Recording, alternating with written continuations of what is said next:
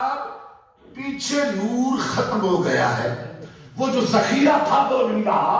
اس لیے اب یہ بینائی واپس نہیں آ سکتی۔ سرکار نے اس بینائی کی بات نہیں کی اور پروردگار نے اس ظاہری روشنی کی بات نہیں کی۔ دل بینا بھی کر خدا سے طلب، آنکھ کا نور دل کا نور نہیں،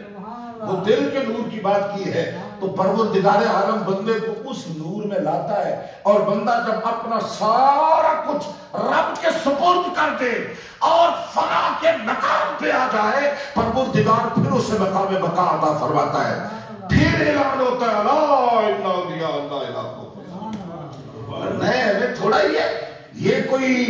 ہمارے پاکستانی سیاستدانوں کی طرح کوئی وہ کیا ہوتا ہے جو اوپر سے آتے ہیں، کوئی انگلش کا لفظ ہے آپ کا، ایسا نہیں ہوتا۔ یہ ایک سطح ہے جہاں سے پھر وہ بندہ کثرت نوافل کے ذریعے، عبادات کے ذریعے، زہد کے ذریعے، تقوی کے ذریعے اور رب کی رضا کے ذریعے، اور پھر نہ صرف یہ کہ وہ شریعت کو بلکہ تقوی اس کی بنیاد ہوا کرتا ہے، اعمال تقوی اعمال کی بنیاد ہوتا ہے۔ اور پھر جب آخری بات حدیث پاک، اس میں گفتگو ختم کرتا ہوں۔ امام جلال الدین سیوطی رحمۃ اللہ تعالی علیہ نے ایسے بندوں کی بات کی، فرمایا کہ یہ جو بندہ مومن ہے نا، اس کی جب موت کا وقت آتا ہے، میں فعال لما یرید، میں فاعل حقیقی ہوں، کبھی مجھے تردد نہیں ہوا، ما ترددت عن شیء انا فاعلہ،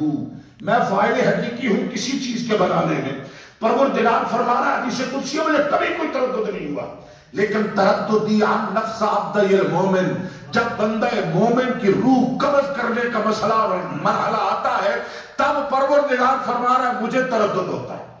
اب میں یہاں تردد کمانا اور کیا کروں، رب کی ذات ہے، اور یہ خود پروردگار نے خود فرمایا، حدیث قدسی ہے، میں ترددی عن نفس عبد المومن یکرہ الموت وانا اکرہ مصابہ، ہم موت کا فیصلہ نافذ کرنا چاہتے ہیں، بندہ بدری ابھی تیار ہے یا نہیں ہے، مرنے کے لیے ابھی کیا ارادہ رکھتا ہے،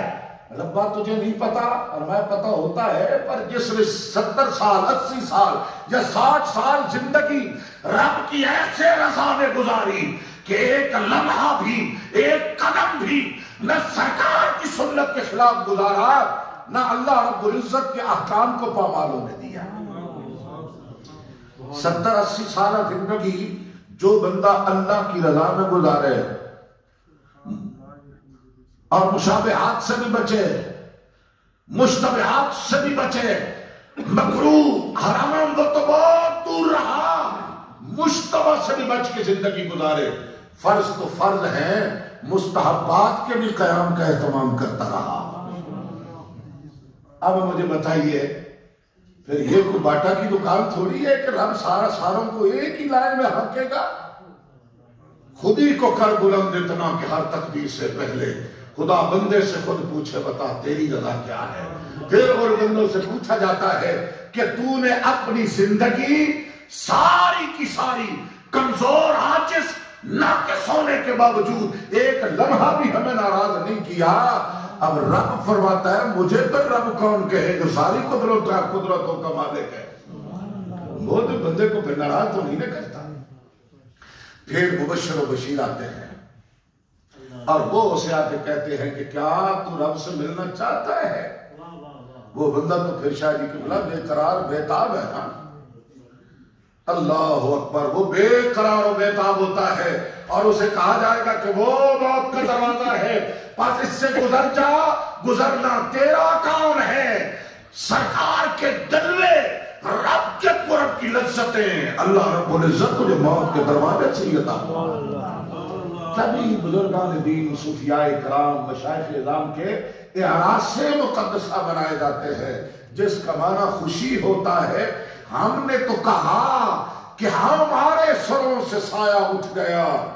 لیکن اس کے لیے تو وہ جس کی محبت میں زندگی گزاری تھی، آج وہ اپنی شان کے مطابق اپنا دیدار عطا فرما رہا ہے۔ اس لیے ان کے عرس کی تقریبات ہوتی ہیں۔ اللہ ہمیں عمل کی توفیق عطا فرمائے۔ اور اس عظیم مرکز کو اور حضرت قبلہ خلیفہ صاحب، ان کے رفقاء، دیگر حضرات علماء کرام جو دین